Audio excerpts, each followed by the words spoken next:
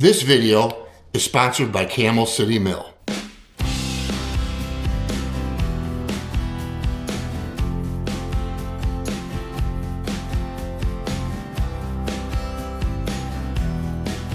But Bob, my best friend, is he and his wife Karen have moved out of the state of Florida up into northern Georgia, and he's got some acreage now, so he wants to buy a tractor. So I've been trying to help him select the right tractor.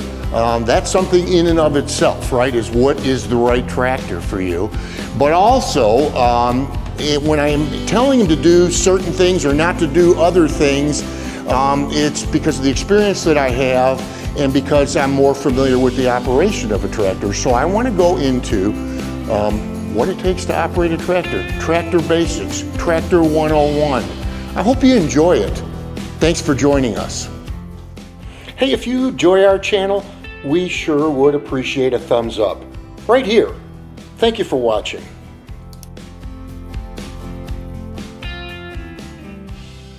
I'm not going to get into anything too specific to John Deere. I want this video to appeal to everyone that owns a tractor. It doesn't matter what kind that you have. There are just certain basics about tractors that are going to apply to all the types and brands out there. Taking a look under the hood, similar to a car engine, you've got your coolant, you've got your power plant. This is a screen that protects your radiator from dust. Almost all tractors have them. This tractor did not. I don't understand why Deere didn't put one on this tractor. I did some modifications and was able to put a screen on. Now, especially if you're in really dry, dusty climate, and or especially if you're brush hogging. You're driving, the rotary cutter is in back of the tractor, you're going through all weeds and pollen and what have you, and all of a sudden you're going to see the temperature gauge on your tractor go up. It's usually because the screen is clogged. So you'll take it out. If you're in the field, you can just kind of knock it a little bit, knock everything off. If it stays clogged when you get back, just hose it off or take a blower to it. I want to do something. I'm going to give you an email address right at the bottom here. I'd like a picture or a video of your tractor. We're all proud of our tractors, right? I just think it'd be really cool for us to exchange that information, especially if it's a video. Tell me what you like, tell me what you don't like, how long you've had it, how many hours, anything that you want to tell me, where you're from, and your first name. Let's do that. I will share those on the channel as we go forward. And we can even expand it if you guys like that sort of thing. We can show off our garages and pole barns. We can show off our attachments and that. And I just think it's in keeping with a community forum that we have here. So show me your tractor. So let's talk about your best friend, which is the bucket. Varying widths depending on the size tractor that you get. You'll see that I put these hooks on here, and you're going to use those pulling out brush and a wide variety of uses. Now, the reason I put this one on, which has additional hooks, is because it has a receiver on, and you can put a trailer hitch on it and move equipment around the property. Extremely handy. So while we're up front, let's talk about this. This is referred to as a third function or a diverter, and this is used for various front attachments. Probably most common use is the grapple. Your tractor may or may not come with a third function. My recommendation, if it's a reasonable cost, if you're buying a new tractor, have them put it on. A third function, you've got two functions right now with the tractor. One is the raise and lower. The second is the dump and curl. What a third function does, it acts as a true third function. So if you've got a grapple, you can open and close the grapple while using the dump and curl at the same time. I have a little button that I'll show you on the joystick or the loader control. I have to push it and it diverts, that's why it's called a diverter, it diverts the hydraulic oil from the dump and curl into the open and close for the grapple. It's a matter of choice. I did it, frankly, for cost. It's a little cheaper than a third function. If you get nothing else out of this video, this is going to be the most important. It's regarding rear ballast. These tractors, subcompact and compact, are inherently tippy, especially if you have a cab on. Your center of gravity is then raised. The choice then becomes, what do I use for rear ballast? The best choice to start with is Rim Guard or Beet Juice in the tires. Rim Guard weighs 11 pounds per gallon. It's much, much heavier than water.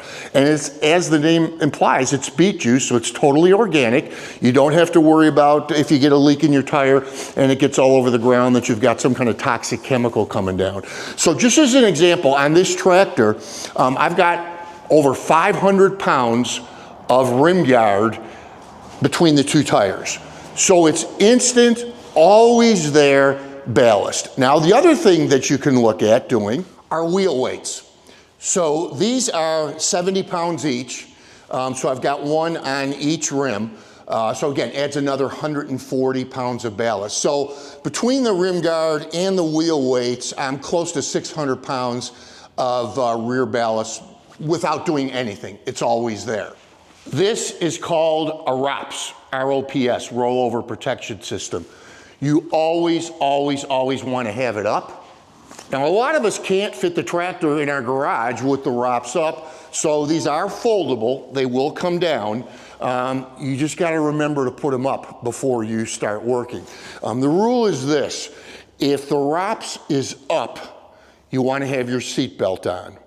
If the ROPS is down, I'm not sure why you would operate a tractor with the ROPS down, but if it is down, don't wear your seatbelt. The theory being, now this would be without a cab, but the theory being is that if you rolled the tractor, that hopefully it's going to throw you clear of it. I have a cousin who lost a brother to a rollover about 6-7 years ago. And what makes it even more horrifying, he was pulling out a stump, but he had his grandchild on his lap. Rolled it over and killed them both. This is no joke. I mean, tractors are wonderful. I mean, it is going to simplify your life. It's going to allow you to take on projects that you didn't think you were able to do, but especially the more familiar with you get with your tractor and the more attachments you buy, you want to enjoy it. Right? We can't live in fear, but what we can do is to be smart. Proper ballast, ROPS up, be safe. We want you to enjoy your tractor and watch our channel and live the wonderful life of the tractor owner, but you gotta be smart and you gotta be safe. So I saw these Camel City Mill socks advertised on Outdoors with the Morgans. And Mike Morgan was so sold on them that I thought I gotta order some because I'm really hard on clothes. I really am, and it seems lately I've been putting on a lot of socks with holes in the heels. So I wanted to order these, but shortly thereafter I got contacted by Will, who is the CEO of Camel City Mill, and he asked if we wanted to feature his product on our channel, and I was already sold at that point. Plus the fact he's offering our viewers a discount. So yeah, I'm all in. 10-year guarantee, not a warranty, a 10-year guarantee. What they do is they use something called a double-plated nylon fortification so that you're not wearing through the heels. 10-year guarantee. If you go on their website, camelcitymill.com, you're going to see they've got over 800 5-star reviews. So I'm not the only one that's sold on this product. Use Tractors 10 and you'll get a discount on these. I'm telling you, you will not be sorry. In my opinion, don't buy a tractor without a bucket. You'll find it very, very difficult to sell later on. Maybe you're saying, look, all I'm gonna do is brush hog, I don't need a bucket. Well, and we'll talk about this later on. One thing that a bucket is good for is if you get stuck. You can learn the method to be able to use your bucket to lift you out of something if you get stuck. So yeah, to me, a bucket is a must. This is another must. Now, this is called a quick hitch. Deere calls it an eye match. And let's say you're gonna hook up to your box blade. Honestly, you don't have to leave the cab. You can back right up to the implement. These lock in at 3 different points, here, here, and here. And honestly, you don't have to get off the tractor. Now, if you're hooking up a tiller, you're going to be able to hook up to it, no problem, but then you're going to have to get off and hook up your PTO. Let's talk about PTOs for just a moment. I don't mean to be a safety Sally. I'm not trying to rain on anybody's parade, but you can go on YouTube or all over the internet and you can see tractor accidents or severe injuries caused by the PTO. This is the guard. Look, it's a pain in the neck. It really is. You can lift it up when you're hooking up to this PTO, but it's still very tight. So PTO, by the way, stands for power takeoff. Now on this tractor, I have a rear PTO, and then I have a mid-mount, which would be used for a front snowblower or a mowing deck. So what you've got to do when you're hooking up, let's use a rototiller as an example. You've got to match up the splines on the PTO with these splines. But part of the issue is you're going to go to match it up and the splines on the PTO are not going to exactly match up with these splines, and you're going to be struggling and struggling and struggling. Well, if you have two PTOs, like I do on this tractor, what you do is you've got a control inside the tractor, and it's for rear mount or mid mount. Move it over to the mid mount, and then what will happen is you can freely spin the PTO, which helps you get the attachment on. Also back here is your dipstick for your hydraulic fluid. And here's just a little tip. Take a look at this. You see how easy that is to see? Well, the reason it's easy is because I added dye to it. Now with me, it's available through the John Deere dealer. You can get it on Amazon too. It doesn't matter the brand, but a little bit of the dye into your hydraulic system helps you. Look, I've got these, okay? So I'm going half blind. It makes it much, much easier to determine your hydraulic fluid level. So take a look at these. These are spacers. Now, this is not something you have to do, but again, you know, I am safety conscious. So what I did, matter of fact, here's a video that we shot, maybe a year ago, where I was adding 3-inch spacers to the rear of the tractor and 1.5 inch on the front. To me, it's very simple relative to spacers. If you widen the stance of the tractor, so I've widened by 6 inches in the back and by 3 inches in the front, you're not as teetery, all right? A lot of times I'll haul stone or things that are very heavy, so I want my stance as wide as possible to keep safe. Now I hope this is going to show up. I did this on all 4 wheels. If you take a look and you see these marks, and you can see how they line up, what that tells me, this is after I torqued these down, what that tells me is that they've not come loose, so that I can just at a glance take a look at those. I used to own this is a 2038R. I used to own a 1 Series, a 1025R. This is a couple years ago. On my very first job using it, now I had put spacers on it. I was hauling material for probably about 6-7 hours. Everything was going great. Tractor was doing great. I was all done and coming down a hill, and I felt a wobble. I looked down at the rear tire, and I thought I'd gotten a flat. So I thought, well, shoot, I got to try to make it to the trailer. I went about another 10 feet, and the rear tire and rim fell off the tractor. It actually turned out to be the spacer bolts that had come loose. I'm sure I screwed up. I don't know what I did to this day, but yeah, it was not fun. It was not fun at all. Let's talk for just a second about the selection of the tractor. If you have not bought one yet and you're looking around and getting some prices, new, used, what have you, I think the first thing you need to identify is, what are you going to do? What are your goals with it? A lot of us have varied goals. For instance, let's say I have a stone driveway I've got to maintain. I've got a big garden area that I want to till, so on and so on. And so maybe I'm snow plowing with it. Well, those are the things you need to identify. I remember they saying when I built the pole barn, the rule of thumb was Figure out how big you need and then build as big as you can afford, because you're always going to be looking for space, and man, is that true. I think it's a similar goal with a tractor. Figure out what you need, match it to the tractor, and if you can afford it, step up a little bit on it. I think the second thing is dealer network. Don't go with some obscure brand where there's going to be nobody around to service it. I don't think you need to necessarily be looking for 3,000 locations like John Deere or Kubota have. TYM, I mentioned them before. TYM is a brand that's up and coming in the market. Frankly, one of my favorite tractors now, given the amount of tractor that you get for the money. They don't have near the network that Deere and Kubota do, but usually they're within a reasonable distance to be able to get your warranty work. So that, from 50,000 feet, I hope helps you in selecting the tractor. Well, let's talk about starting the tractor. Of course, the key location is going to vary depending on brands. Frankly, I hate this key location. But what I'm going to do first is I'm going to just click it to the on position, and this blinking light is for my glow plugs. About every piece of diesel equipment that I know of has glow plugs, and then I'm going to start it. Well, actually I can't. If you see on the indicator, it's telling me that I need to shift to neutral, and that is this selector here, high, neutral, and low. So I'm going to switch to neutral.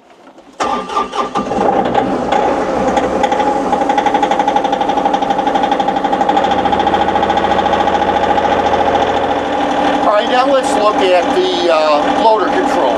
So this is the joystick or loader control, and you can see it has on here the different selections you have for the different positions. So the first thing we're going to do is we're just going to pull back, and we're going to raise the bucket up, not too high. There should be no reason for operating your tractor with the bucket way up high. It's not safe. Now maybe you're going over a bush or something like that and you're at a slow speed, then it's not a big deal. But normally, especially when you have a load, you want to keep your loader just off the ground, a couple feet. That lowers your center of gravity, and that goes to safety. This is the button I spoke of for the diverter valve. Taking a look at that rod that comes up, this is what I'm seeing from the cab. When you get to the bend, okay, kind of the neutral position here, that tells me that the bucket is level. So I've got the bucket up, and I've dumped it. Okay, and now I want to return to the same position where the bucket is level. I just simply curl until I get to right there, and my bucket should be level. Right here are your 3-point arm controls. So all I'm going to do is pull it up, and the quick hitch will come to the top.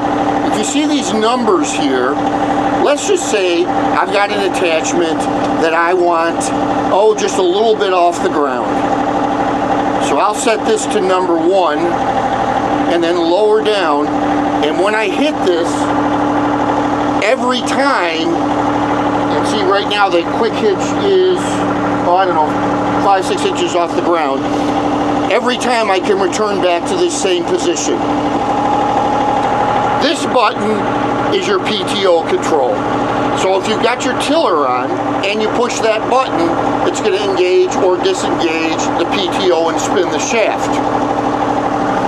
Now almost all implements that you're going to use are going to ask that you keep the tractor to 540 RPMs. So on this tractor, if I had a PTO attachment on, this would give me a digital readout, and I would want to raise or lower my throttle control until I got to 540 RPMs. All right, so let's drive a little bit. So the first thing I'm going to do is I'm going to adjust my throttle control. I'm going to take this selector, put it in low gear, and then I'm going to release the emergency brake. Notice up here on the dash, once I release it, that light goes out. All right, so the loader I've already got in a decent travel position. I've got the 3-point hitch up all the way. And then on this tractor, they have what they call twin touch pedals, which is forward and reverse. On a Kubota, you have one pedal called a treadle pedal, where you push your toes down for forward, your heel for reverse. I had a Kubota. I know there's a lot of guys that just freak out over it. They don't like it, they love it. You get used to anything, I think. On this side of the tractor are the brakes. And you talk to most tractor owners, they'll tell you they almost never use the brake. You let off on the gas, the tractor stops pretty quick. You'll notice there's two brakes here, and they're locked in, but I can unlock them so I can just push, say, the left brake, which gives me a very tight turning radius. Let's pull forward a little bit.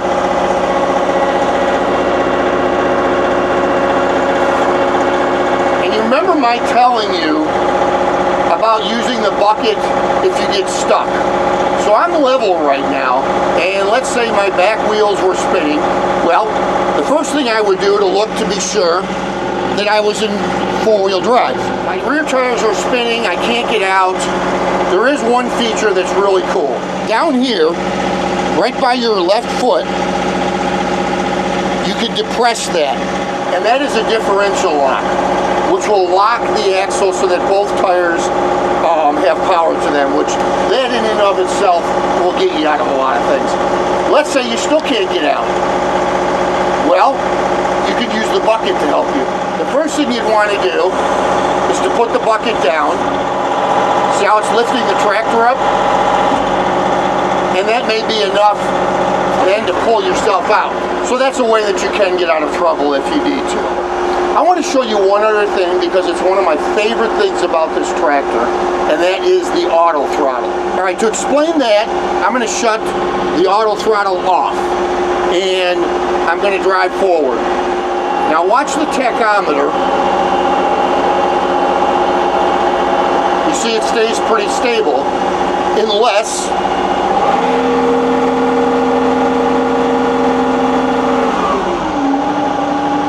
I up it manually with the throttle. Now, let's say I'm snow plowing and I raise my bucket. I'm going to dump it, return it back to its position, and now I want to move the tractor. But I want to go a little faster. So now, auto throttle is on. Watch the tachometer.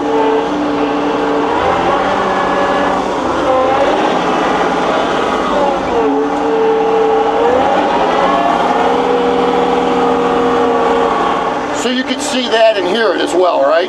So when the auto throttle is on, it's just like a car. You press on the accelerator pedal and you get more RPMs, you move faster. Tractors without that, the only way you're able to increase your RPMs is by upping the throttle. Now one negative thing can be, let's go back down to the snow pile example I used a minute ago. All right, now I'm pulling up to the pile, auto throttle is on, all right? So we're running almost 1,500 RPMs. So if I raise the bucket and dump, you see how slow that is? And the reason for that is the speed that you have on your hydraulics is directly relevant to the RPMs of the engine. So what I would want to do is kind of a little bit of both. I want the auto throttle on, but I'm going to speed up the RPMs. So now, watch.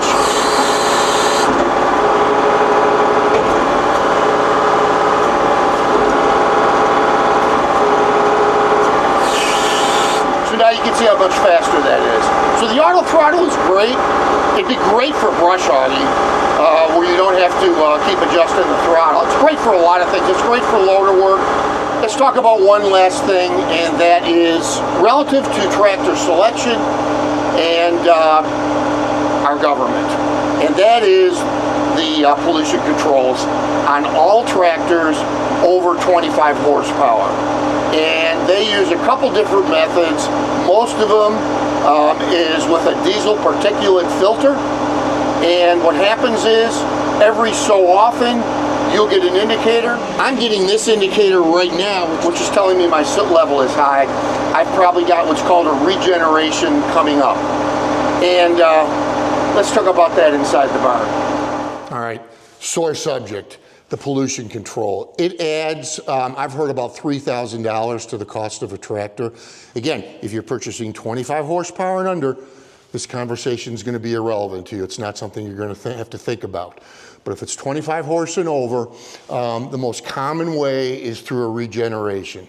So let's say you're working and you're heading back to the barn, you're all done, and all of a sudden, blink, you get an indicator that the tractor wants to regenerate. What'll happen is it's going to kick the RPMs up so that it's able to burn off the soot. You can keep working, but let's say you're out on a job and you're ready to leave your customer's house. You're gonna have to sit there and wait for 20, 30 minutes while the tractor burns off the diesel particulate filter. You can bypass, that's what this button is here, you can bypass the regeneration, but really you should always, when convenient, go ahead and let it regenerate. What I normally do is, when I monitor my soot levels, and when I know they're getting high, I'll force a regen to burn off some of that, because I don't want it to happen when I don't want it to happen. I don't want to get into a political conversation about this, but I don't understand the logic of high RPMs sitting there in the driveway for a half an hour while it burns off all this particulate. And then not to mention the cost too. I am not one of those guys that, oh, you gotta buy Deere, you gotta buy Kubota, you gotta buy TYM. I don't care what you buy. Honestly, I just want you to be happy. I want you to be satisfied with your purchase. I don't want you to make a mistake. That can get really expensive. I've gone into quite a bit of detail on our channel about accessories that you can put on the tractor, and also about various attachments. Attachments to me are relative to the person and what you're going to do with the tractor. My favorites, ones that I would not be without, is of course going to be my front bucket, my tiller, and forks. Forks to me are an underappreciated attachment. You're going to use them all the time. I mean, think about it. How are you going to store? I happen to have a pallet rack, 2 pallet racks in the barn here that I store my attachments at. I couldn't get them up or down without forks. But let's say you don't have a pallet rack. Your chances, you're probably going to want to store them on pallets in your barn, in your yard, wherever you've got them. Well, the time's going to come that you want to move them. Okay, so I mean, you can hook them up to the tractor and drop them somewhere else. That's a pain in the neck. Forks are also very affordable too. I'd highly recommend that you get forks. I'd highly recommend that you get a tractor. I love mine. I think you've seen that on the channel. Are there other tractors I'd like to have? Yeah. Other features I'd like to have? Yeah. But I love my tractor. I think most of us do. And I love that you joined us. Thank you so much for being here on Tractors in Life. We'll see you on the next one. God bless you all.